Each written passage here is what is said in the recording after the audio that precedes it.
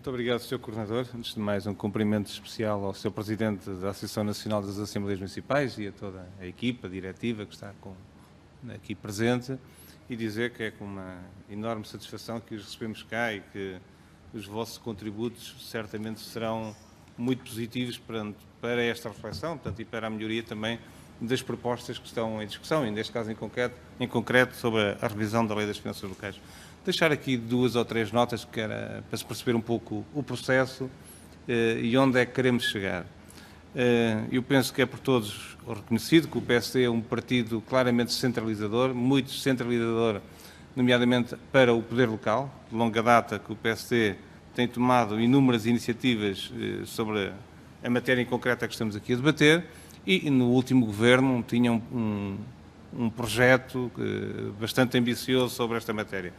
E não se perdeu, efetivamente, essa ambição e acreditamos mesmo que, apesar do nosso entendimento com o Governo sobre as matérias em concreto, é possível ir muito mais ao nível da descentralização, do processo de centralização, mas também é possível ir muito mais na descentralização de competências para as autarquias, deixando-os aqui no sentido mais lato do termo, porque há aqui novidades também naquilo que é a descentralização para as juntas de freguesia. Nós estamos a falar de contratualização.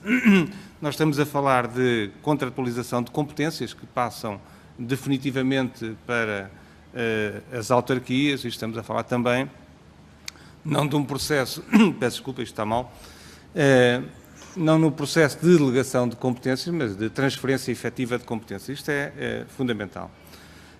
Também sobre esta matéria, sobre o processo que estamos a falar, ele está atrasado, ao contrário do que às vezes se diz que havia pressa ou que há muita pressa neste momento para se avançar com o processo. Não.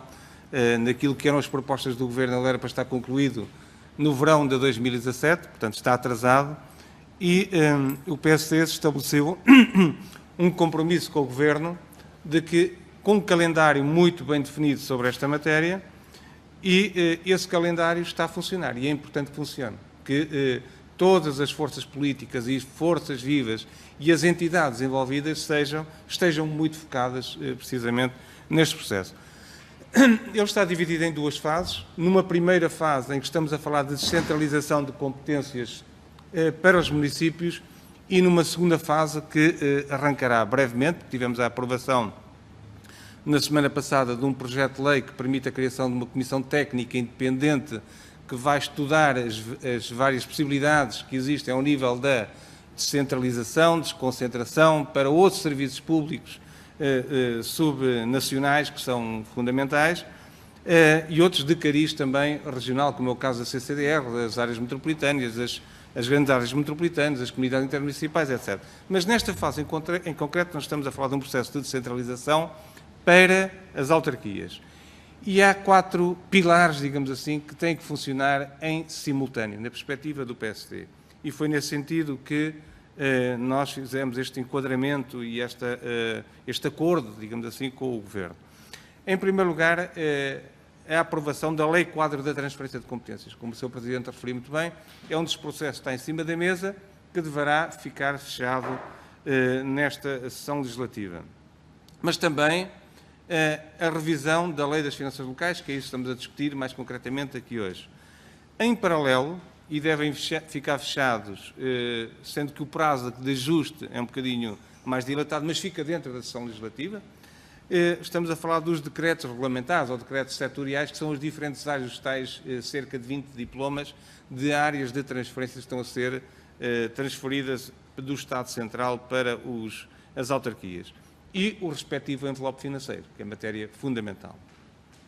Portanto, estas 4 matérias, quer do enquadramento, quer da revisão da Lei das Finanças Locais, o respectivo, as áreas em concreto com a especificidade que exige ao nível daquilo que são os decretos regulamentares e também o envelope financeiro, portanto, o dinheiro em concreto que deve ser transferido.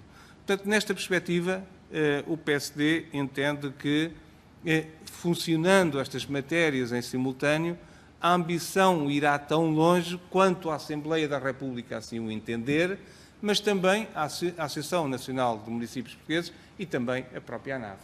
Ou seja, dependerá do entendimento, do acordo e da ambição de todas estas entidades, a Assembleia da República, por um lado, mas também do entendimento com a Associação Nacional de Municípios e com a ANAF, que se conseguirá ir mais longe neste processo. E, para já, os entendimentos que existem, até o momento atual, são entendimentos muito positivos que conseguimos trazer avanços bastante significativos sobre esta matéria. E sobre isso, ao nível da revisão da Lei das Finanças Locais, vamos ter algumas novidades.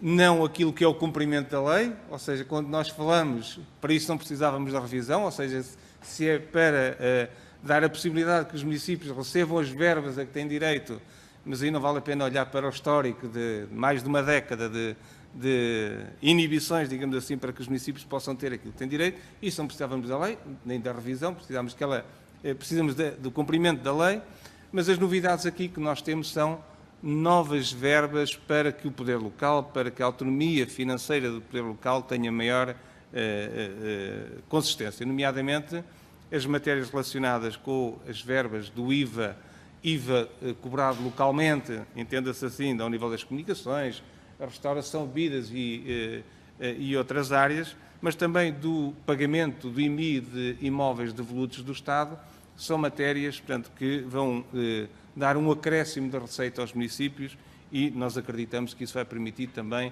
essa autonomia. Depois, outra matéria fundamental tem a ver com o fundo que será também criado e será regulamentado no sentido de que todas estas novas competências levem as verbas em concreto, nomeadamente na educação, na saúde, na proteção civil, em todas as áreas que os municípios vierem a receber verbas.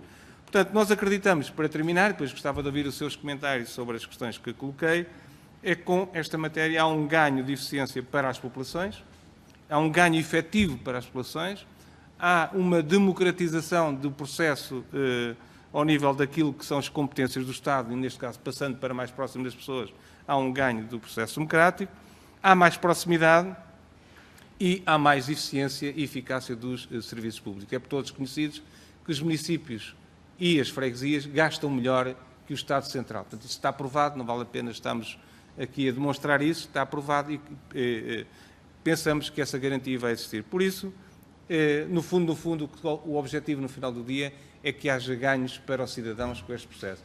Esta é uma primeira fase, como disse, na segunda fase será também muito importante e será complementado, portanto, este processo de centralização. Para já gostava de ouvir os seus comentários sobre as questões que coloquei. Muito obrigado.